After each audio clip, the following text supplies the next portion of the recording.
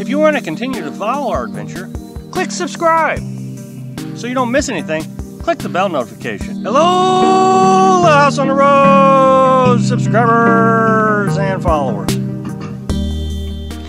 What are the advantages of living in a small camper? We all can identify the advantages of living in a big camper. Roomier, more space, more like a house. But it's not so obvious what's the advantages of living in a small camper. Let me start out by telling you a little story that happened a couple of days ago. We are on basically a trail. As a matter of fact, the marker right next to our camper says trailhead. And so ATVs are rented and they can run up and down these trails. Now, you can camp on these trails and you can bring your cars down there. There's no restrictions on that. The other day, I saw a camper starting, fifth wheel is what it was, huge thing, coming down this trail about 9 o'clock at night. So it's just turning dusk, it's getting where it's hard to see, and he's heading down here. Now, I'm telling you, with this small little lane that he's on, it made his camper look like he was towing one of those mobile homes with a wide load sign on the truck. It was huge, and it lit up. I mean, it had all the marker lights. I mean, it was just, from my perspective, it was just absolutely huge. And you could see that he was having some issues. It just rained, so it's not like he could pull off on this open field. I'm positive he would have sunk. I think he knew that too. What is he going to do? Well, I watch him for the next 2 hours. He creeps up and backs up, and creeps up and backs up. And really, he's not doing anything other than driving up the trail and backing back down the trail. That's all he's doing. About 11:30, I decide I'm going to go to bed, and I shut off the light. And he's still doing the same thing, creeping forward, backing up. Well, obviously, I didn't get a chance to actually see what he did, but the next morning he was gone. My guess is he had a passenger, and that passenger had to walk behind the truck, guiding him right, left, for a mile out of this road while he was backing out of it. There's a huge advantage to having a little truck camper, or even a pop-up camper like we used to have, coming down these trails. Even in the pop-up camper, I would get concerned about not being able to turn around. It was a huge concern of mine. But with the truck camper, this is not a big deal. It's very easy to get down these trails, just being able to get into these tight spots. Now, if you're in a fifth wheel, I think the only thing your options is open campsites. Very rarely are you going to find free campsites that you can stay in. Occasionally, like Hawk Point, you could have backed a semi-truck into that, but rarely have we seen a campsite where it was advertised on freecampsites.net that I thought a fifth wheel could fit into. Towing. With the camper and with the pop-up, both, we got 19 miles per gallon with a 4-cylinder engine. It gives you a bigger budget to see more of the world. You don't have to stop and save up money, move forward, save up money, move forward. I mean, obviously, if you're coming to a free campground, it's because you're trying to save money anyways.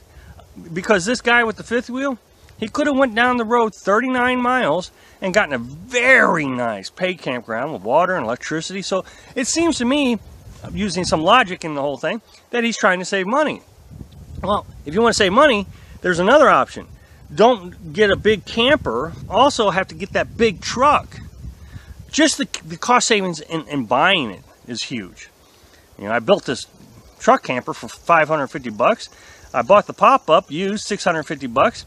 But if you buy a fifth wheel, even if you buy a used one, let's say you get it for 10,000 bucks, and then you're up another 50 to 60,000 on a pickup truck, there you're $70,000. And so now you're trying to save money by going to a free campsite. Well, then you get stuck. Let's say this guy had gotten stuck. How much would that have been? $200-300 tow bill? Now, one of the arguments people tell me about is when you have a large camper like that, even a travel trailer, that you're able to store more water and store more gray water, which is the two things that most people run out of while they're out here. And you're absolutely right. I can't argue that you can store more. But the thing is I never really see a Nomad in a travel trailer or a fifth wheel that can stay the full 2 weeks anyways. Usually what I see is they hook up and they have to go and dump. So now you're having to pull your water weight to a dump station. The nearest dump station to this campground is 30 miles. So now that's a 60-mile round trip. You're having to unload your gray water tank and then you reload your water tank. Well, yesterday I got water quite easily. I drove about a mile down the road to a stream. I collected some stream water.